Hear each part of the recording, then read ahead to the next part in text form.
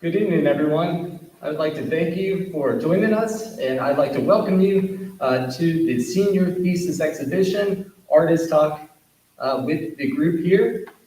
Tonight we have three artists. We have Don Clevenger, Helen Zellner, and Shania Stokley joining us. Tonight we're going to begin by asking a few questions to the artist, and then each of them are going to share their PowerPoint presentation or slideshow explaining some of their work a little bit more thoroughly. So tonight I'd like to start with Don. And Don, good evening, welcome.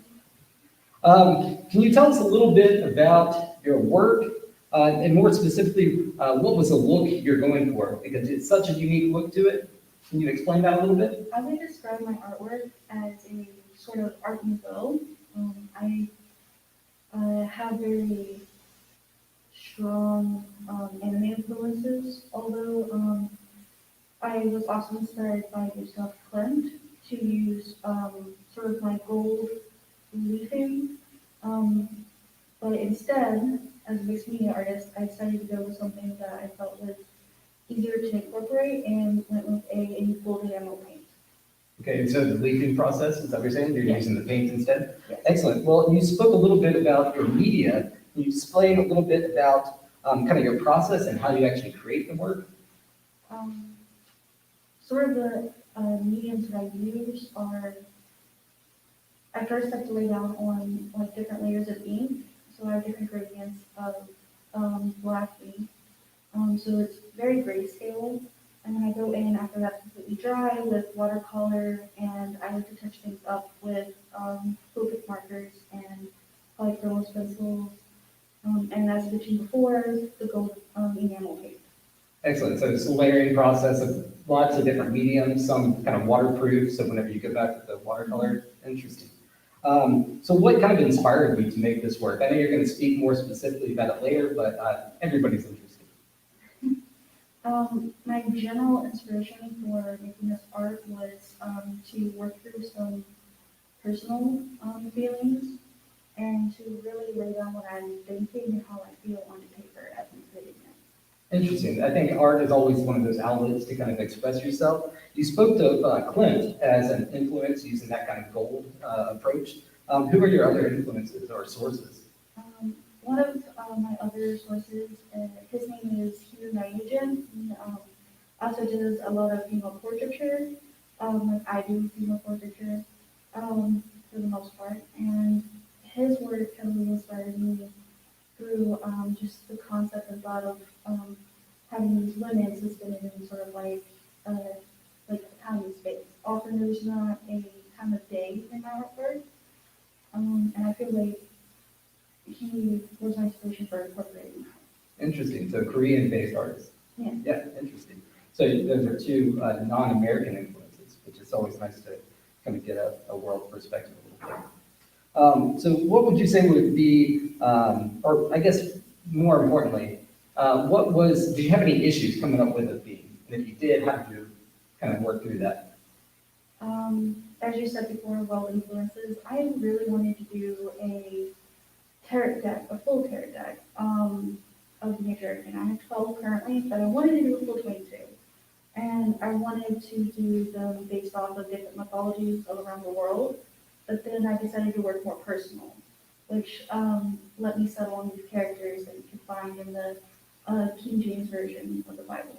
Interesting, kind of blending the two items. I'm kind of curious, like, so, as an outsider looking in, what are you trying to communicate? What do you want the viewer to kind of feel or experience while looking at your work? I wanted my work to be more confrontational. A lot of my characters are looking directly at you, and the ones that are not often are, well, all of my characters are exposed in some way.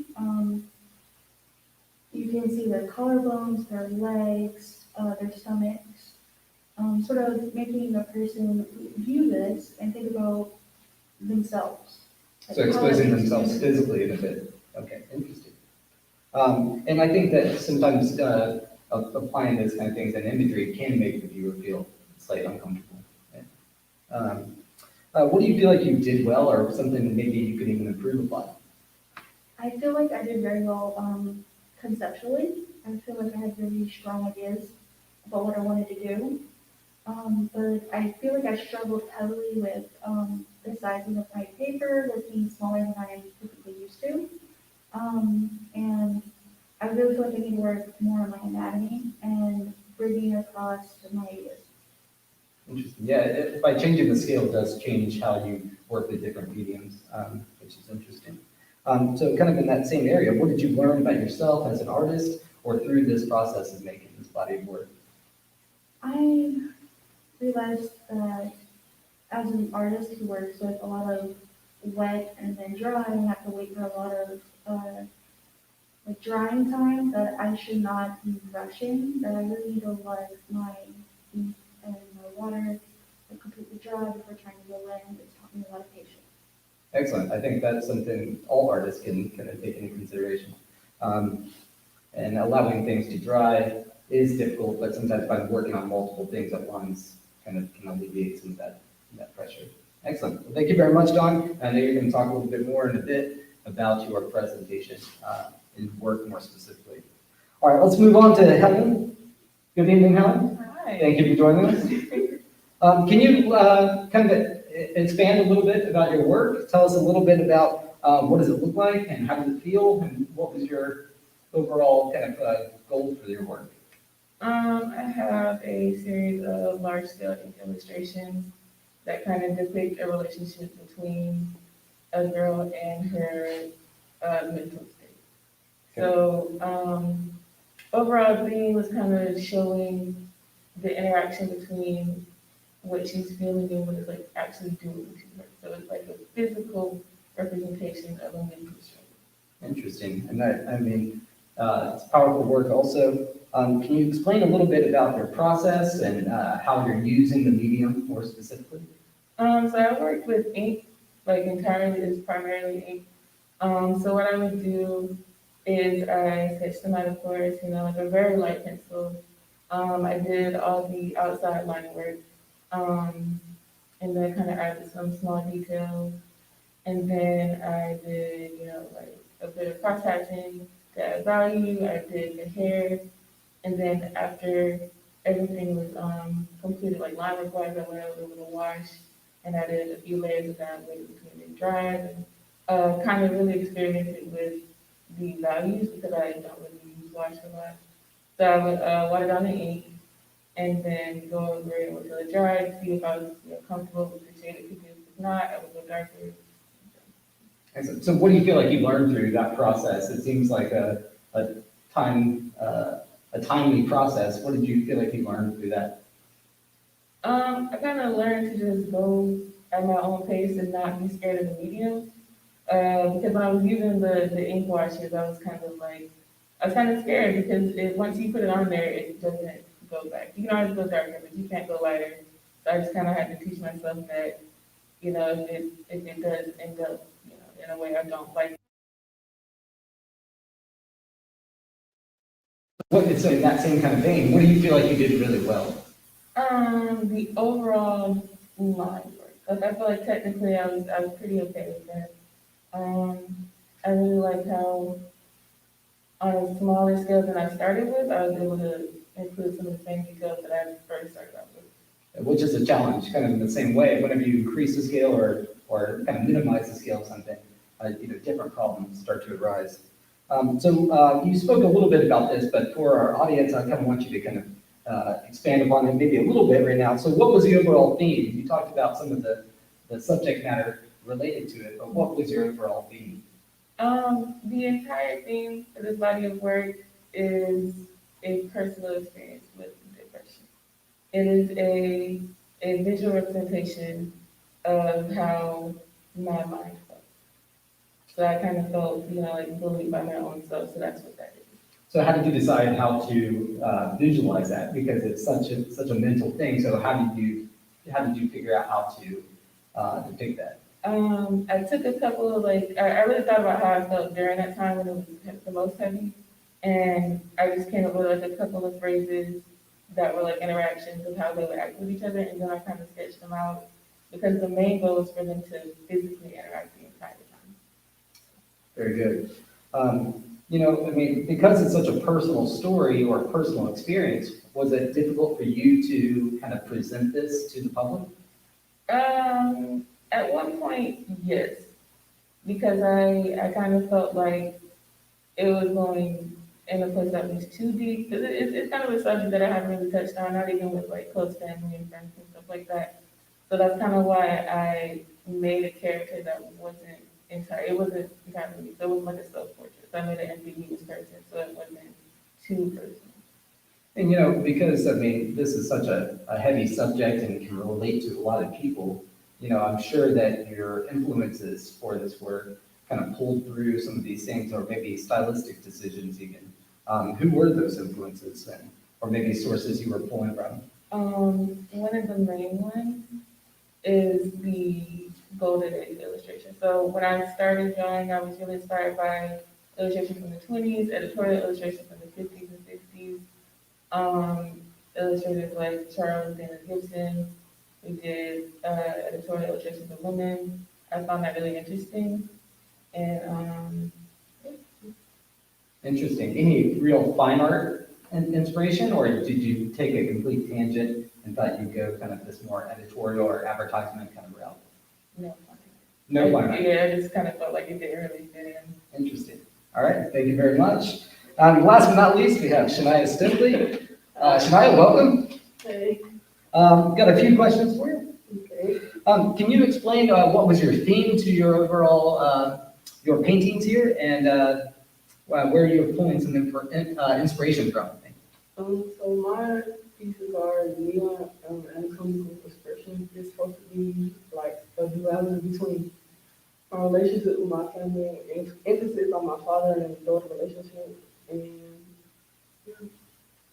So you spoke to this kind of neon anatomy kind of paintings. Can you explain a little bit about your process and mediums you used? And The mediums I use, I started off with is the modeling paste that's on the realistic side. It's like a white paste that you put on, and then I have to like put extra paint on top of that. And then the neon part, I had to work with a black light and like go in with different colors of neon to make sure it light up and go, because the neon side does glow. And then the flowers I picked were, I looked up what different flowers mean, and I chose the ones that went right with the body parts that I picked, the organ that I chose. interesting. So I'm sure you're going to explain a little bit more, and I think once the viewers have an opportunity to see some of the actual images of your work, it'll kind of make a little bit more sense. But before that, did you have any trouble kind of coming up with this concept? It seems like it started quite a few months ago, last semester, with your first piece. So I'm kind of curious about where you pulled your inspiration from and how that kind of transpired to what we're seeing here now. Well, when I first started last semester, I didn't do the neon part, and then I just started noticing neon, so I wanted to try it, and I tried it with the Anatomical and the neon, and I put it together, and I liked it, so I wanted to base my pieces around that area. So that's why I chose to do the neon and the Anatomical. I mean, the neon and the Anatomical part together. So you spoke to this kind of duality of images, right? These kind of, even though they're relating to each other, they seem so visually different. So what challenges did you have in maybe coming up with compositions and even the arrangement of objects on the panels? Because each one of them are kind of displayed in such a unique way. What was that about? The challenges I had was, I want to say, the neon part, because some colors wasn't glowing under the black light, so I had to go back and forth and then put in the color behind the realistic part, because I didn't want to have the outline around it, so I had to keep going in on back to back. And then the flowers, I had to put a lot of details, and that took forever. So I mean, that's the challenges I think I had. How did you overcome those challenges? What do you feel like I had to overcome them. I just had to push myself to keep doing it, because I needed to finish the work. So I just pushed myself to continue to finish it. I think that's a great answer. I think most of us just, as artists, we just have to kind of push through to get to that other side. So how do you feel like you could improve these, or can you improve them? Or what do you feel like through this process you've learned that you could eventually maybe in future work? I think to improve them, I would, if I had more time to like do besides my daily life, I would have more time to finish stuff and add stuff that I wanted to add. And I think that's what I wanted, time. Time is something we all need more of, right? What do you feel like you learned through this process of using these very specific mediums, right? You're talking about, and I assume your references are quite diverse too, because you're looking at such a. Right, I did have 3 different type of influences: Bruce Nolan, Ed Hardy, and Jim Warren, which is a surrealistic artist. And Bruce Nolan worked with neon and sculpture, and he worked with a lot of stuff. And Ed Hardy was a tattoo artist. Yeah, very diverse group of artists, which is really interesting that you're kind of pulling inspiration from each one of those. Other than just the neon work that Bruce Nauman did, was there anything specifically that he was doing that really kind of grabbed your attention? Yeah, I think it's just the neon work and how he made them work together and how they came up with different stories and they did different things, political stuff and fictional stuff. I think it's really interesting how such a diverse group of artists throughout art history, even maybe fine art sense, can inspire a group of women in the 21st century to make a body of work that is so diverse.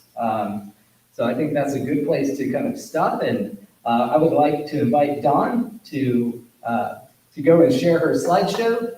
And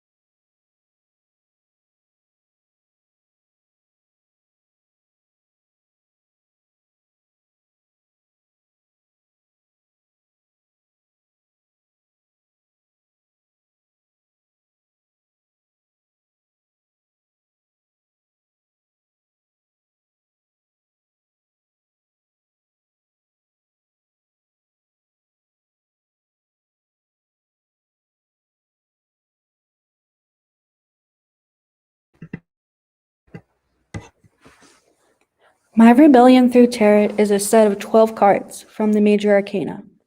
This set of illustrations that I have created incorporates women that can be found in the King James Bible.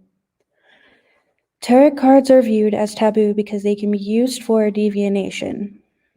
The women featured on the cards are held in different regards due to a biblical sense of a woman's virtue. I chose to place them side by side on tarot cards as equals.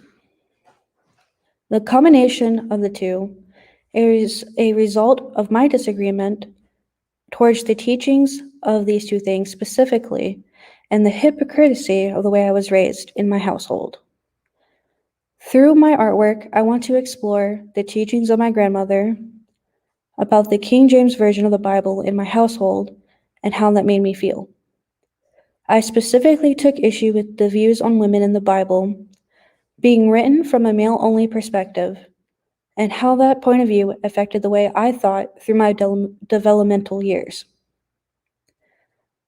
The format of the Major Arcana Tarot cards will be used to express my own views and as a marker that I no longer believe the way I was taught, since tarot cards were specifically forbidden.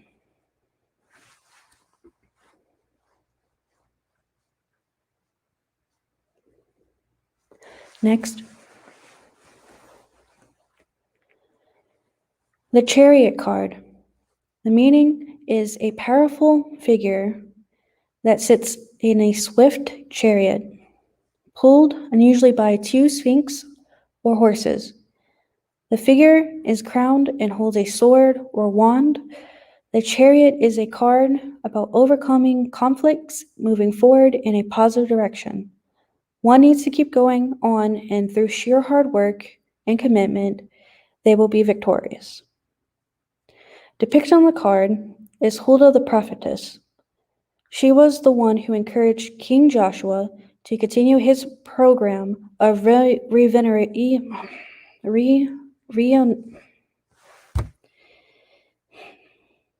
renovating the Holy Temple in Jerusalem and reintroducing the service of God there. Next.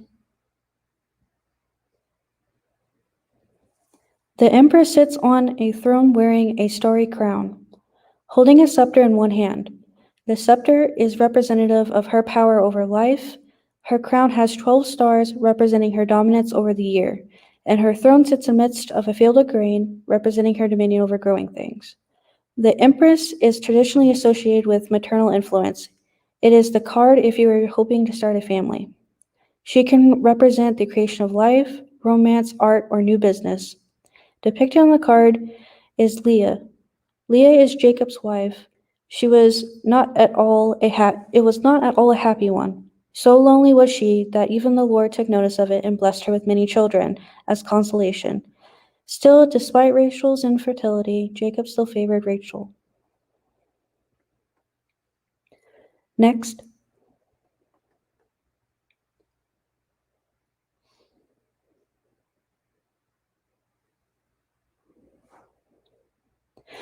The fool is usually depicted as a beggar or a vagabond. The Fool card represents things like new beginnings, having faith in the future, being inexperienced, having beginner's luck, and in most decks, the Fool is depicted in some kind of near accident waiting to happen. I went with my composition where the Fool is smelling the flowers, not realizing that they are about to walk off a cliff. And there is a dog off to the side barking in warning, and you never just know if the beggar's luck actually kicked in. Here is the story I chose to belong to this card. In the Bible, there was a woman named Agar. She is sometimes only referred to as Adam's concubine and the mother of his firstborn child, Ishmael. Agar was maltreated and cast out by Sarah over the fear of her son overtaking Isaac, who was Abraham's child with his wife Sarah. Hagar was said to have originally been given to Abraham by Sarah, as she was a slave turned into a maid. At the time, Sarah had not been able to conceive, but unfortunately that later changed. The story of Hagar demonstrates that survival is possible even under the harshest conditions. Here she is, a woman cast out of her home with a child, have nothing done wrong, and other than what was described as arrogance. But to me, it was clearly a desire to be treated as an equal. And even if that was the case, alone should not have been enough to throw a woman and her child into the desert. Agar was given a promise from God about her son and had maintained her faith in God throughout her ordeal. And in many ways, the story of Agar lines up with the meaning of the Fool card. Next.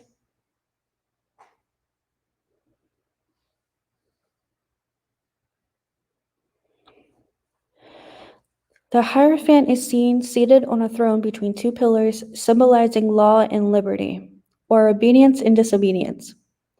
She wears a triple crown, and the keys to heaven are at her feet. Hierophant stands for tradition and convention. It can represent marriage in an arranged setup. It can also mean a teacher or a counselor who will help in learning or education. Depicted on the card is Miriam, the older sister of Moses and Aaron. She was a prophetess and first appeared in the books of Exodus. Scripture describes her alongside of Moses and Aaron as delivering the Jews from exile in Egypt. Just as Moses led the men out of Egypt and taught them the Torah, so too Miriam led the women and taught them the Torah. Next.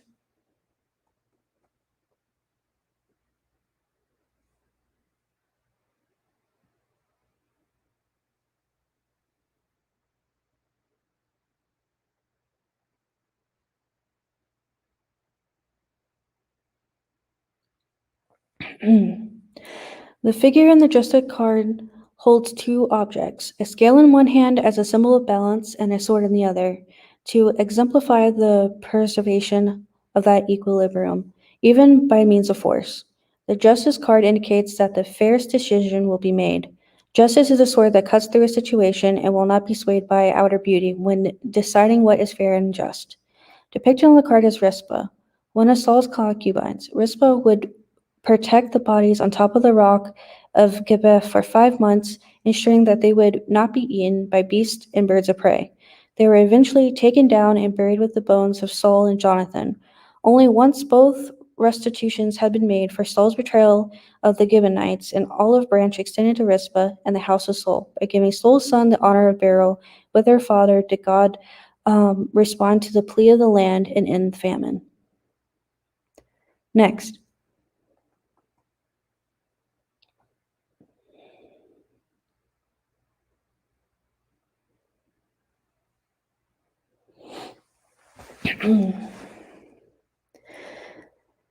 Here depicted is the Judgment card.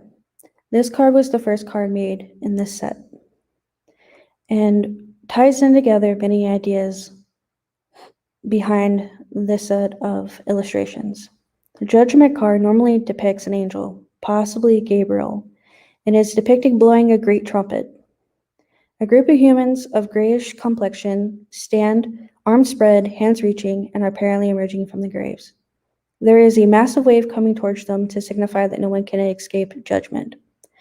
My composition is composed similar to this, except for instead of people coming out of coffins, I decided to just have the hands reaching outwards. This card is often referred to as a time of resurrection and awakening, a time when a period of our lives come to an absolute end, making way for new dynamic beginnings. On the Judgment card, I have depicted Eve. Most people know how this story goes. Eve was created by God by making her from the rib of Adam, to be Adam's companion. She succumbs to the serpent's temptation and eats the forbidden fruit of the tree of knowledge of good and evil, and she shares the fruit with Adam. He was not forced and also knew he was not to eat it, and as a result, the first humans were expelled from the Garden of Eden, held by equally accountable by God. The most common thing about stories in the Bible is that the story is never told by the person who it happened to. I simply would put what she did was a trade. Upon eating the fruit, she was lost to the garden and could no longer live forever, and instead we are everything else around us today, the good, the bad, and many would say that is life as we know it. And Eve made that judgment to eat the fruit and was awakened to these things, and even though her life in the garden came to an end, she made her way for herself and eventually us. And that fits within the meaning of the Judgment card. This also ties in with why the biblical female figures on these tarot cards are loosely dressed in robes, clearly naked underneath. If after eating the fruit, they felt ashamed of their bodies and they covered themselves, why is that in itself not considered the sin? The human body is not created clothed. If we were meant to be covered from head to toe, then we would be born with clothing stitched onto our bodies. This is a nod to the fact that I was taught women are supposed to, or expected to, have our nipples covered while men can go topless, and that female body is considered only a sexual thing to hide, and I disagree with the way of that thinking taught in my household. But I agree that since we are all aware that we cannot control the way others think or see, that there is still somewhat of a slim need of modesty. Next.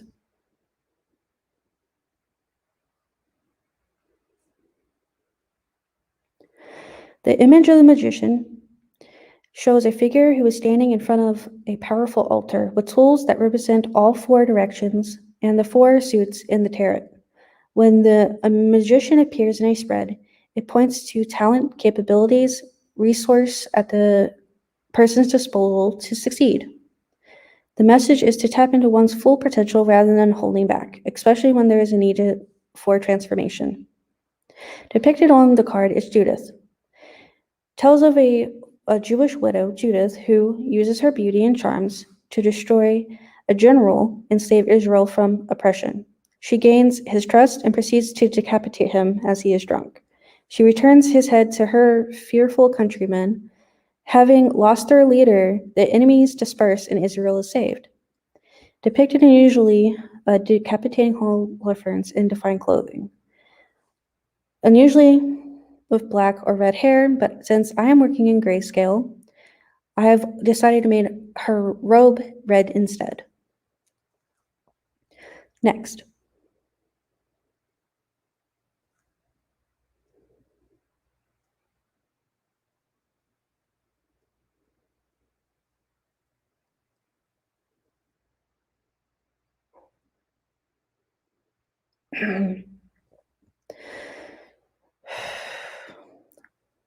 The world. Oh my.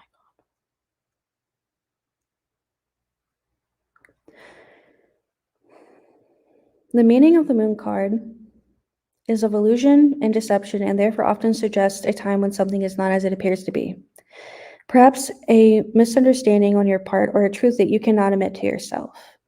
In alignment with this is the story of Dinah, the episode of her violation by a man named Skemet, the son of a Canaanite and a prince, and the subsequent vengeance of her brother Simon and Levi. Dinah truly loved him and was seduced by him, not raped.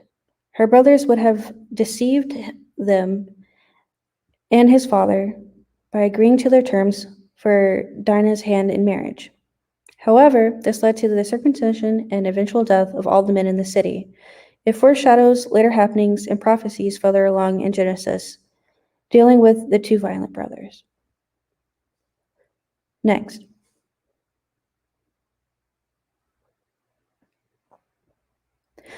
When the star card appears, you are likely to find yourself feeling inspired. It brings renewed hope and faith in a sense that you were truly blessed by the universe at this time. Depicted on the card is Esther. She is chosen by the Persian king for her beauty. It is responsible for the reversal of a king's plan to kill all the Jews in the kingdom of Persia. Instead, she foils the plan and receives permission from the king to have the Jews kill all of their enemies instead. This event is celebrated by the tradition of Purim. Esther's position in a male court mirrors that of the Jews in a Gentile world, with the threat of danger ever present below and seemingly calm surface. The story of Esther is a rhetoric of exile and empowerment for the millennia, and has notably shaped the discourse of marginalized people such as Jews, women, and African Americans. Next.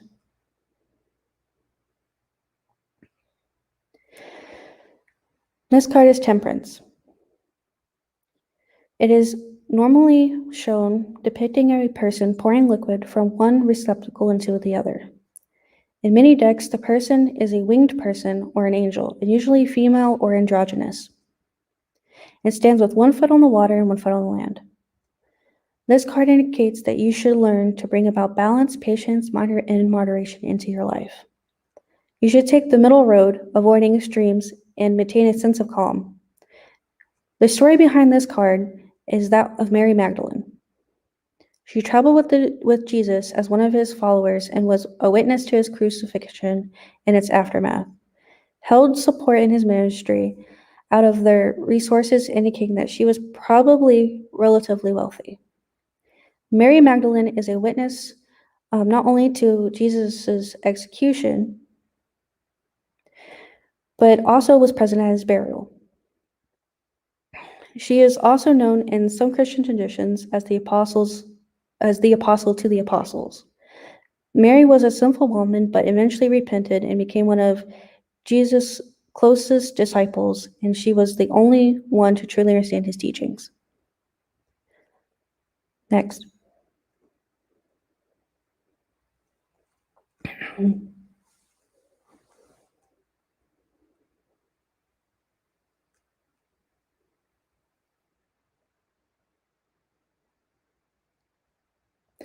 The image of the tower card is powerful, depicting a solid tower being struck by lightning and fire crawling out from the small windows at its top.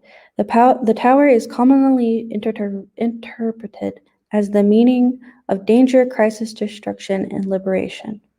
It is associated with a sudden, unforeseen change. I have changed the composition of this quite a bit to go with the person depicted on the card. Edith witnessed the destruction of Sodom. As she looked back at Sodom, even after she was forbade not to look, she was then turned into a pillar of salt. She is not named in the Bible, but is often called Ado or Edith in some Jewish traditions. Next.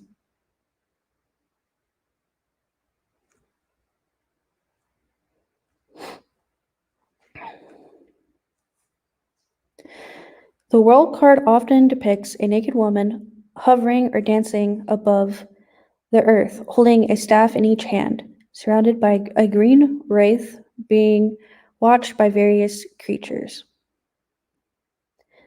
The world represents an ending to a cycle of life, a pause in life before the next big cycle beginning with the Fool.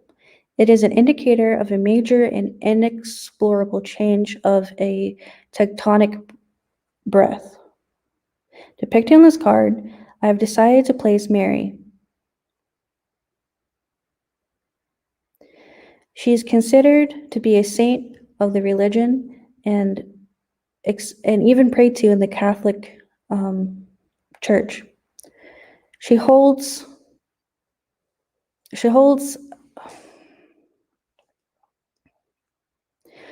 significant meaning for the Christian religion across the board. Next.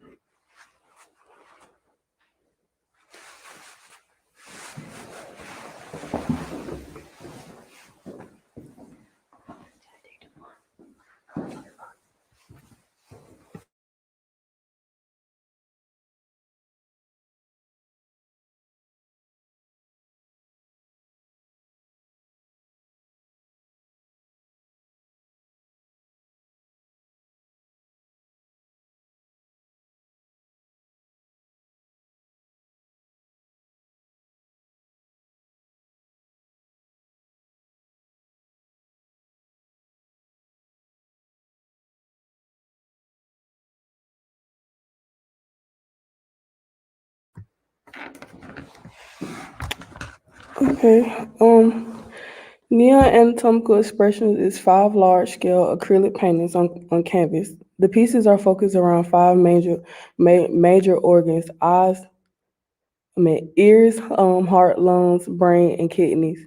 Each organ represents what they mean to me. The ears are how I feel I perceive I was heard, and the heart illustrates my change and growth as a person. The lungs advocates for how I want me and my father relationship to work together. The brain shows my emotion from anger, from lack of father bond, determination, motherly, and depression.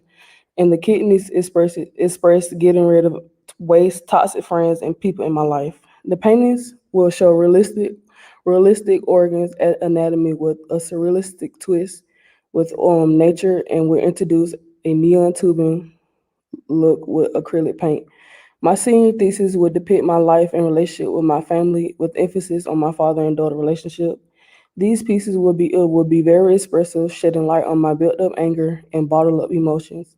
My lack of father and daughter relationship has played a role in my self-esteem issues, uncommon behavior, trust issues, romantic relationship problems, and lack of patience. Although the lack of father figure has caused problems and issues with my life, it has also made me stronger. Each piece shows duality of relationships with realism and neon. The black light shows the fluorescent substance on the neon side, giving it a glow effect. The neon side represents the fun, childlike behavior and points out how I want my family and father to treat how I wanted my family and father to treat me when I was younger. The realism side represents me today and how I feel like I had to grow up and mature at a young age and how I had to be strong. The split and the splits that splits up each organ has has flowers with a soft colored background, which represents my safe space. This space is the space in my life where I can be free. The lungs are organs that work together to help you breathe. These organs is the only one without flowers in the split. This organ does not have flowers because it represents the disconnection between me and my father. We don't work together like lungs. The flowers and the paintings off have meaning and shed light on my motherly characteristics of being loving, devoted, dedicated, protective, caring, nurturing, understanding, compassionate, caring, maternal, affectionate, and so on. All the paintings are surrounded with negative space because of the emptiness and loneliness I felt behind closed doors. Neon tubing is a fragile glass that is bent into different shapes, filled up with different gases at a low pressure, and it could be broken at any point during the process, and even after it once it's done. I chose neon because I look at myself as neon too, very fragile, and always been in my back for everyone but myself. I put pressure on myself to help others and do for others, leaving no space for me. Although the neon part isn't neon tubing made of glass, it is an illusion created with acrylic paint to showcase an idea of a real neon tube. Next.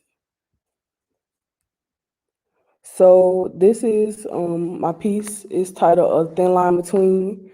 It shows a heart, the realistic heart at the top with the neon at the bottom.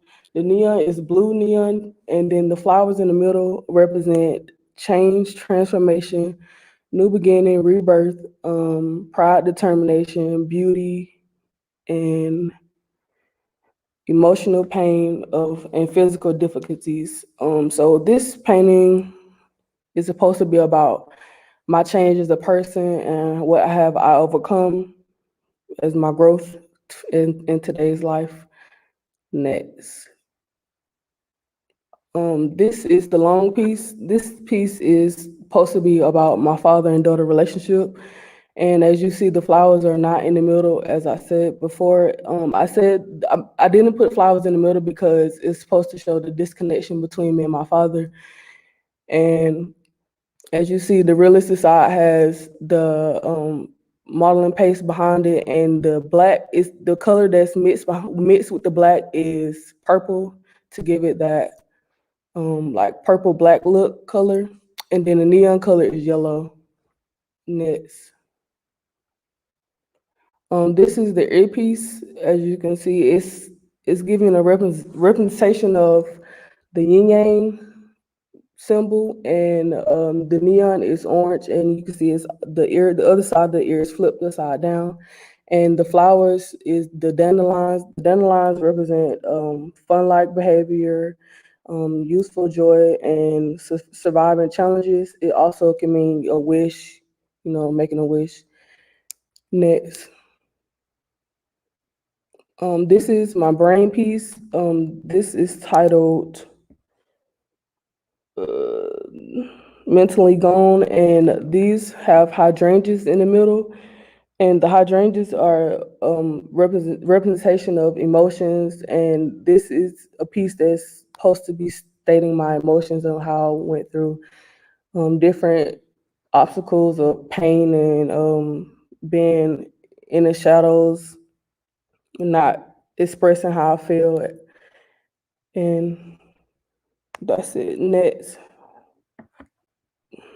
My kidney piece is not on the slide, but the kidney piece is it's the same thing of realistic on one side, and then it's a purple neon on the other side, and they have it's inside is yellow pastel color with weeds coming out the bottom part. I chose weed because weeds are used as something that you want to cut out your garden, and I want it to be something that I'm getting rid of, and that piece is titled Toxins, and that's it.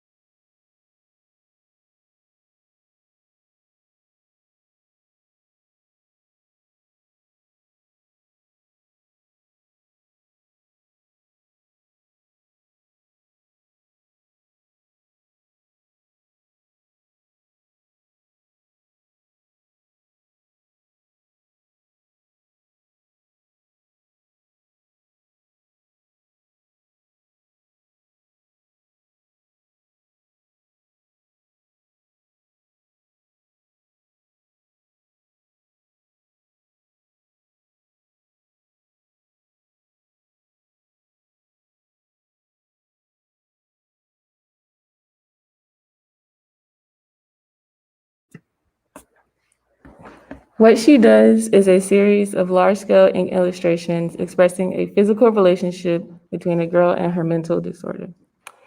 For most of my life, I've always had trouble expressing myself, and I've battled with the fear of judgment since early childhood. Watching cartoons and reading graphic novels in my teens helped me cope with this intense inability to properly relay my feelings, and I began drawing with the constant need to express any thought in mind. Painting and other forms of visual media never radiated the same inviting energy of storytelling that illustration did for me, and I abandoned those practices early in my college career. Still unable to truly express myself as I got more comfortable with illustration, I left out the use of irises and pupils in the eyes of my subjects, hoping to prevent the eternal fear of judgment from halting my creative process. This fear prevailed, however, and it sent me into an intense state of depression halfway through my college career, making it difficult to create, maintain my studies, and feel happy with life. Throughout my personal journey as an artist exploring the vast uses for ink, I have also recently found that methods of illustration, such as comics, graphic novels, and editorial work, are not regarded as highly in the world of fine arts as painting or sculpture would be. The idea that illustration is a less cultivated form of art when compared to visual media such as painting or sculpture gives off the implication that it is unable to cover more serious themes. By using personal experiences with mental illness, more specifically depression, in conjunction with the more simple and idealized themes of illustration, my thesis will explore the controversy around the type of narratives best suited for illustration as a medium. It will express my personal feelings with depression as well as challenge the storytelling nature illustration is best known for. By capturing my experience through a struggling relationship between the physical manifestation of depression and an imagined character meant to represent my emotional self in a series of large-scale ink drawings, I will spark a conversation about not only mental health, but the implied divide between media and contemporary art. Next. Okay, so this is the second piece in my body of work. It is called Answering for Me, and it is one of the 4 pieces that show a physical struggle between a imaginary character and the manifestation of her depression. And so in this particular piece, the interaction is the disorder answering for the girl, and she's left unable to speak. The reason I chose this kind of interaction between them is because whenever I was in an intense state of depression, I felt like I wasn't speaking for myself, that I let my negative feelings speak for me, and that I didn't actually, communicate what I was actually trying to feel to somebody. So I left a lot of how I was feeling out whenever I was talking to my friends or family and just kind of played it off. Next. This is the last piece in my work. It is called What We Are, and it is the total absolvement of the depression and the girl in one body. So after all the physical interactions that I have shown, and after like the introduction of the character, at the very end, you kind of see that the depression grows and that she's not only interacting with her, but she is now part of her. So now they are one. Instead of being the depression and the girl, they are now one person. Next. This is the third piece. It is called Taking From Me. And again, it's one of those physical interactions that I mentioned earlier. And it's kind of like the representation of, I felt like my depression and my negative feelings were taken from me actively in my life. Like it took away things I wanted to enjoy, took away the way I wanted to feel, the way I wanted to express myself.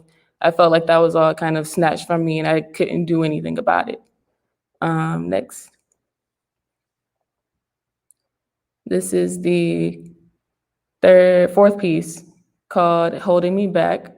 And of course, I did feel held back a lot of times, especially in my last semester when it kind of hit a lot. I felt like I was just there and that I couldn't, do everything to the best of my abilities. And this is that representation of that. Next. And this is the first piece in the series, and it's called Who I Am. And I kind of positioned the first and the 6 pieces to be more portrait style so that you get like a introduction and a final, seeing of who this girl is and who she is in the beginning. She's okay in the beginning. She's all right. she's there, you know, and the depression is there as well, but it's not as large. So in comparison to the last piece, she is just here. It's with her, but then it kind of grows on her and it attacks her and it becomes her. So that's kind of what this entire body of work is. It's kind of like a progression of having this, you know, illness and dealing with it and fighting with it. And at one point, it was who I was at some point. So, that's all.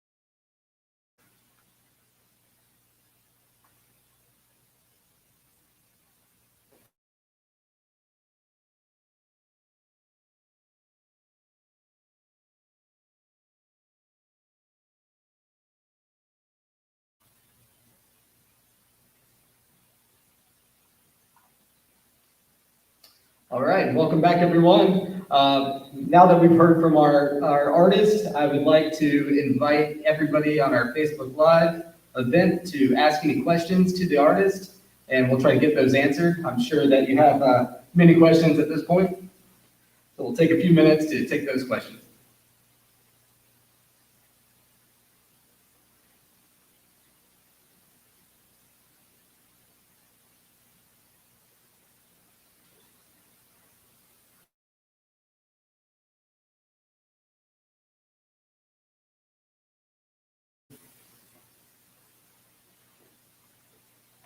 I do see lots of comments in the post, a lot of obviously positive comments saying great work to everybody, and definitely talking about specifics of the art.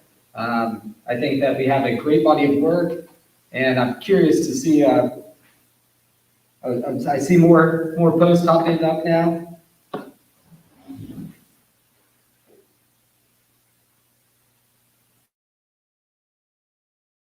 For Don here, yes. Let me take this. It says, question for Don. Will you use feathers on your angels? Or why don't you use feathers on your angels? Sorry. Okay, the two cards that I think they're referring to is the Judgment card and the Temperance card. Traditionally, these two things were supposed to have angels on them. The reason why I didn't use feathers is because I didn't want them to be recognized as angels. I wanted these to appear to be women and not some other heavenly being. So therefore, I opted out of using the feathers, so you didn't immediately recognize them as well. Great, thank you. We do have a question here for Shania, asking, Shania, why did you use paint instead of actually neon, or actual neon? So I wanted to use paint instead of neon because I wanted to create an illusion of neon instead of using the sculptures of tubing and neon. I mean, of glass and doing the pressure and all the glass, all the gases and stuff. So I wanted to create an illusion. Create an illusion of it instead of actually producing it. Okay, Yeah. great.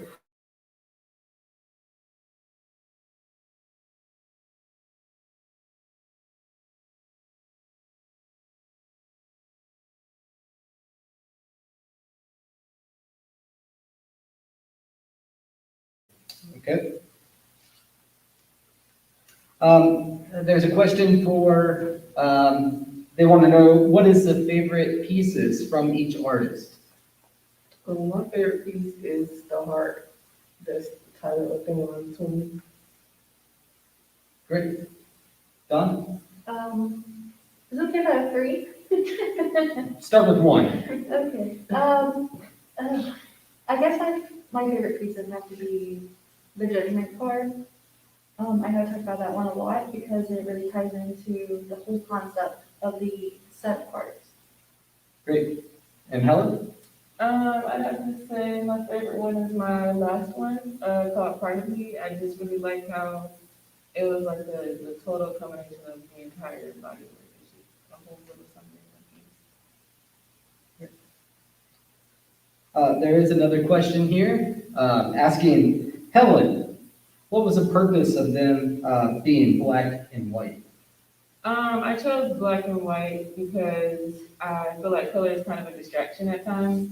And also because I wanted to make the character as ambiguous as possible in terms of race, like, even if it is like my personal experience, I kind of want other people to have a sense that they can relate to it, and it's not just a thing for black girls or a thing for white girls, it's just like a person going through it.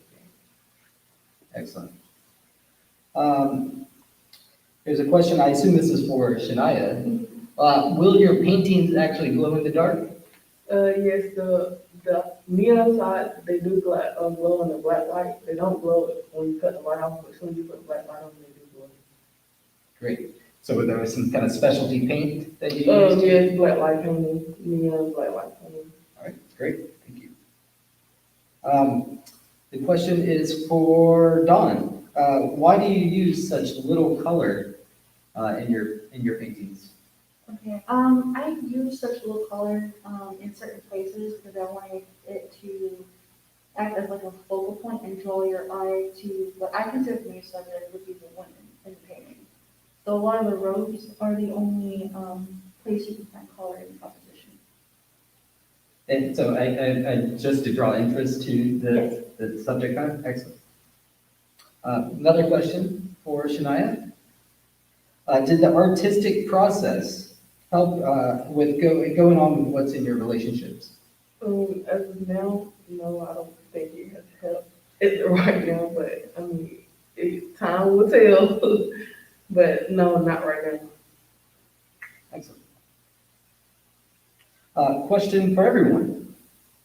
How do you deal with those who make suggestions that creations be less expressive and more mainstream? Interesting question. Okay, I'll answer this one first. When I get that kind of suggestion, or like even, it comes more of the question of why do I do illustration and not, fine art? And I kind of wanted to explore that more because I had to ask myself, well, why isn't, illustration or something that's more like a cartoon style, why couldn't that be fine art? Or why couldn't it be more expressive? It kind of felt like a challenge, and it kind of felt insulting at one point. So I was just like, how do I take this and kind of make an intense body work out of it? Excellent. Ladies? I feel like my artwork is right up there with the illustrative qualities that Helen was talking about. It's, I never really looked at sort of the cartoons or, these sort of cartoon illustrations as anything less than. It never occurred to me, like, oh, well, I have to do, these traditional realistic paintings. I really feel like this represents more of who I am, and I want to stay true to that. So what I think I just take everybody's constructive criticism and then I just, take it in, but always go with how I feel and what I think about my own art. So, I mean, if they don't like it, then, I can't force them to like it. So, it's my art. I take it how I want to take it, and I draw it, I paint it, and paint it how I want to paint it. So I guess that kind of leads me to the question, since that looks like, there's one more. I'll wait and hold my thoughts for a moment. Helen, are you open to making art for others and not just for expressing your own feelings or yourself? At this point in my career, I I would say yes and no, but more so on the no side, because when I really got into doing art in college, it was like a personal expression. Because I guess that was kind of like the only way I could express myself. But later on in my career, probably after college, well, definitely after college, I would be open to it. Definitely. And I think that's a good segue for my question. Since you've been working on this body of work for basically the entire semester, and kind of leading up to this in semesters previously, can you kind of explain your feeling now that you're kind of getting closer to the finish line? Do you feel like there's this weight lifted off, and through this process, like what did you really feel like you learned about constructing a cohesive body of work and displaying it in a beautiful gallery setting like this? Don, would you like to start?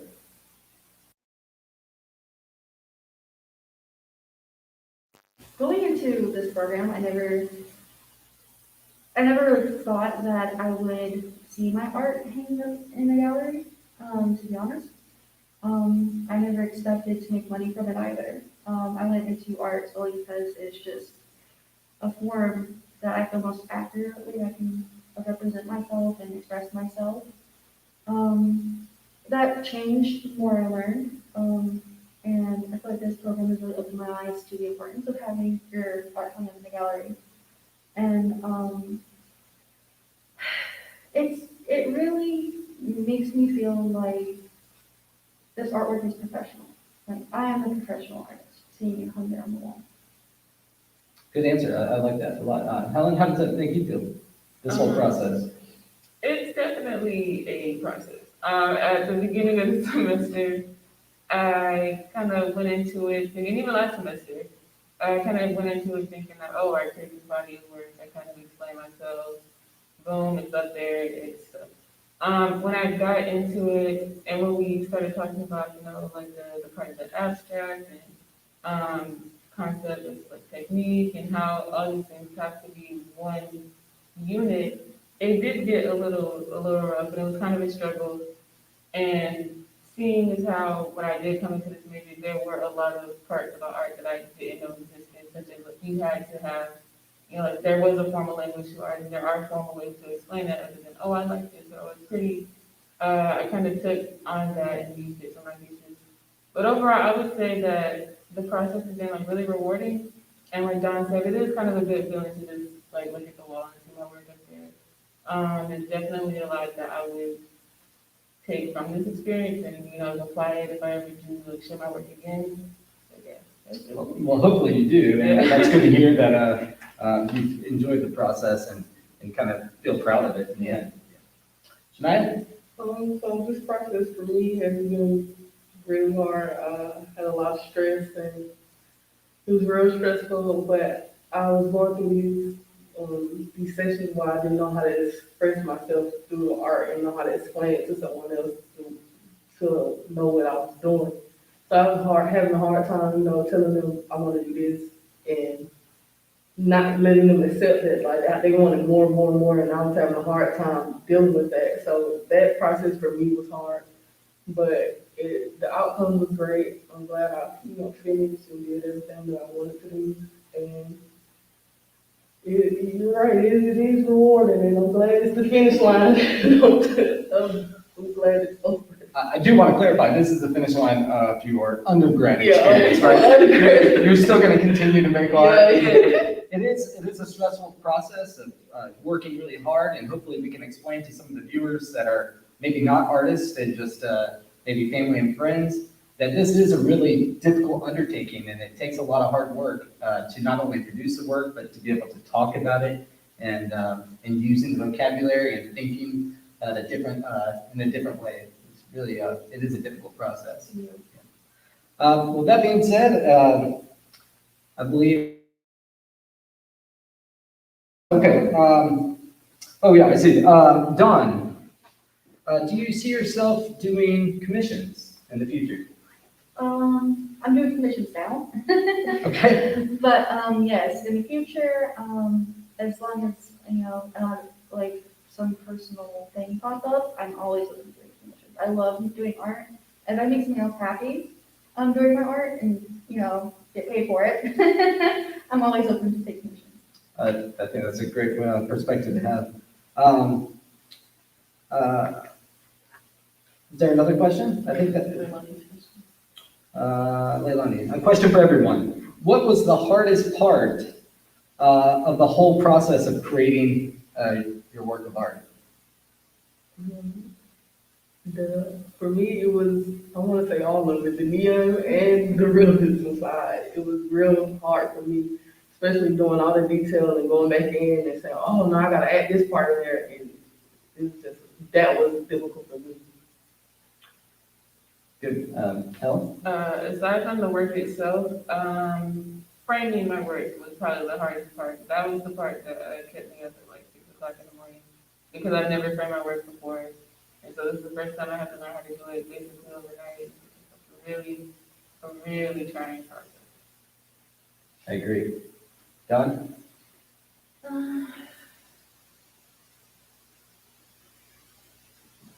Honestly, I feel like it had to have been motivational because I really do understand Helen's work because a lot of us do suffer from depression and anxiety, and it was just hard some days to get up and try to meet that deadline, make sure that I have the artwork done and ready to hang up.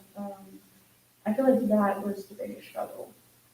And I agree with you. I think that that's a good metaphor for life, right? Sometimes life can beat you down, so it's nice to kind of progress through and find that finish line.